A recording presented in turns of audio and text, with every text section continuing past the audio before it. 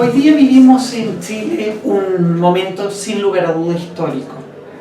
y un momento que se origina en una crisis social que a muchos no nos ha tomado por sorpresa. De hecho, no ha tomado por sorpresa a quienes participan en ella, y eso es porque efectivamente es una crisis que se ha engendrado durante las últimas décadas en nuestro país y que tiene precisamente su origen en una desigualdad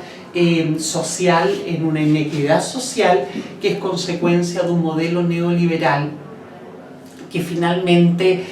ha generado, ¿no?, la promesa del bienestar sobre la base del crecimiento económico y lo que hemos llamado, ¿no?, esta teoría llamada el chorreo, que por esta vía iba de alguna manera a distribuir los beneficios del crecimiento económico en toda la sociedad chilena. Y eso no ha ocurrido.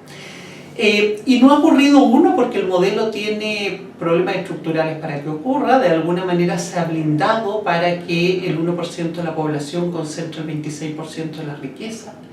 Y por otro lado,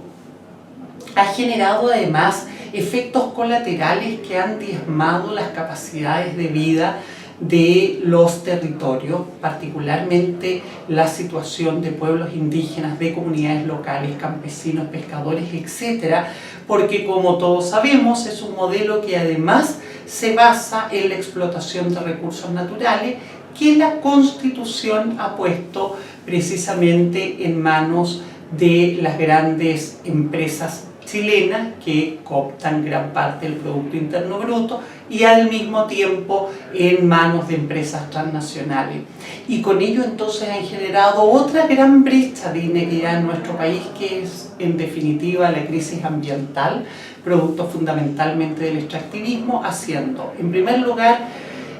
poniendo en riesgo el sistema de vida y costumbres en los territorios, particularmente en aquellos territorios que dependen de los recursos naturales para asegurar su subsistencia como pueblo, en el caso de los pueblos indígenas, su soberanía alimentaria respecto de todos aquellos que en definitiva dependen de los bienes que provee la naturaleza. Se ha engendrado de esta forma entonces no solo una dificultades en las comunidades, en los territorios, sino que además ha distribuido estas cargas de forma totalmente inequitativa. Entonces es un país donde además vivimos en zonas de sacrificio ambiental. Y en las zonas de sacrificio ambiental, entonces, quienes habitan esos territorios deben soportar, ¿no?, el impacto que genera la industria extractiva, impacto de contaminación o acumulación de residuos. En ese escenario es donde se da el milagro económico de Chile. Entonces, si lo que nosotros tenemos hoy día es que el modelo económico no ha generado en definitiva condiciones de bienestar para la población, sino que por el contrario, lo que hoy día observamos es un país en donde la gente no tiene acceso a la educación, en donde la gente tiene que enfrentar sus momentos de mayor vulnerabilidad con las dificultades que impone una pensión miserable a la que no permite satisfacer ni limitadamente las necesidades básicas de las personas, las condiciones de precarización de la salud, de la educación, del trabajo, etc. Entonces, evidentemente, lo que uno dice, bueno, pero ¿cómo antes no se produjo esta crisis social?, ¿no?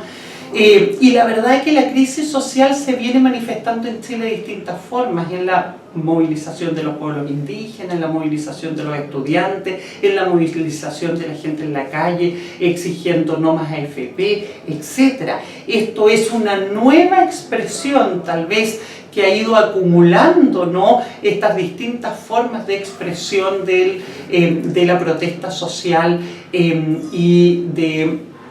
la disidencia política de la mayoría de la población, que observa entonces que en Chile sus derechos no son salvaguardados y no son reconocidos. En consecuencia, hoy día estamos en una necesidad inminente de hacernos cargo de esa situación. Las autoridades, las instituciones y la ciudadanía estamos en definitiva en un momento histórico para poder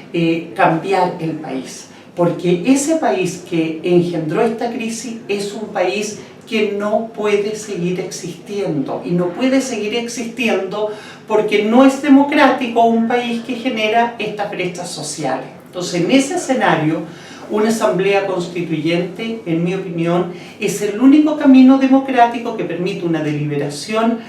política en condiciones de igualdad para todos los sectores de la población, donde podamos debatir en cuestiones fundamentales como son los derechos económicos, sociales y culturales, la ciudadanía en su diversidad de expresiones, incluyendo la plurinacionalidad que reconozca la existencia de distintos pueblos en nuestra comunidad política, mecanismos de participación efectiva como iniciativa ciudadana de ley, entre otros, ¿no? Que podamos revisar las instituciones, precisamente aquellas que constituyen, en definitiva, que son legado del autoritarismo de la Constitución del 80 por su gestación en dictadura. Entonces, una asamblea constituyente, sin lugar a duda, en mi opinión, el único camino para poder en definitiva hacer que este momento histórico genere un cambio efectivo para el país.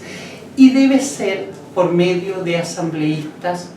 independientes, porque el poder constituyente radica en el pueblo. El Parlamento no es depositario del poder constituyente, y además hoy día tiene un cuestionamiento de legitimidad que está dado precisamente por su conformación binominal, que si bien ha sido matizada por las reformas que se han generado, sigue teniendo una deslegitimidad política, producto que ha ido consolidando este modelo, que es el que de alguna manera ha perpetuado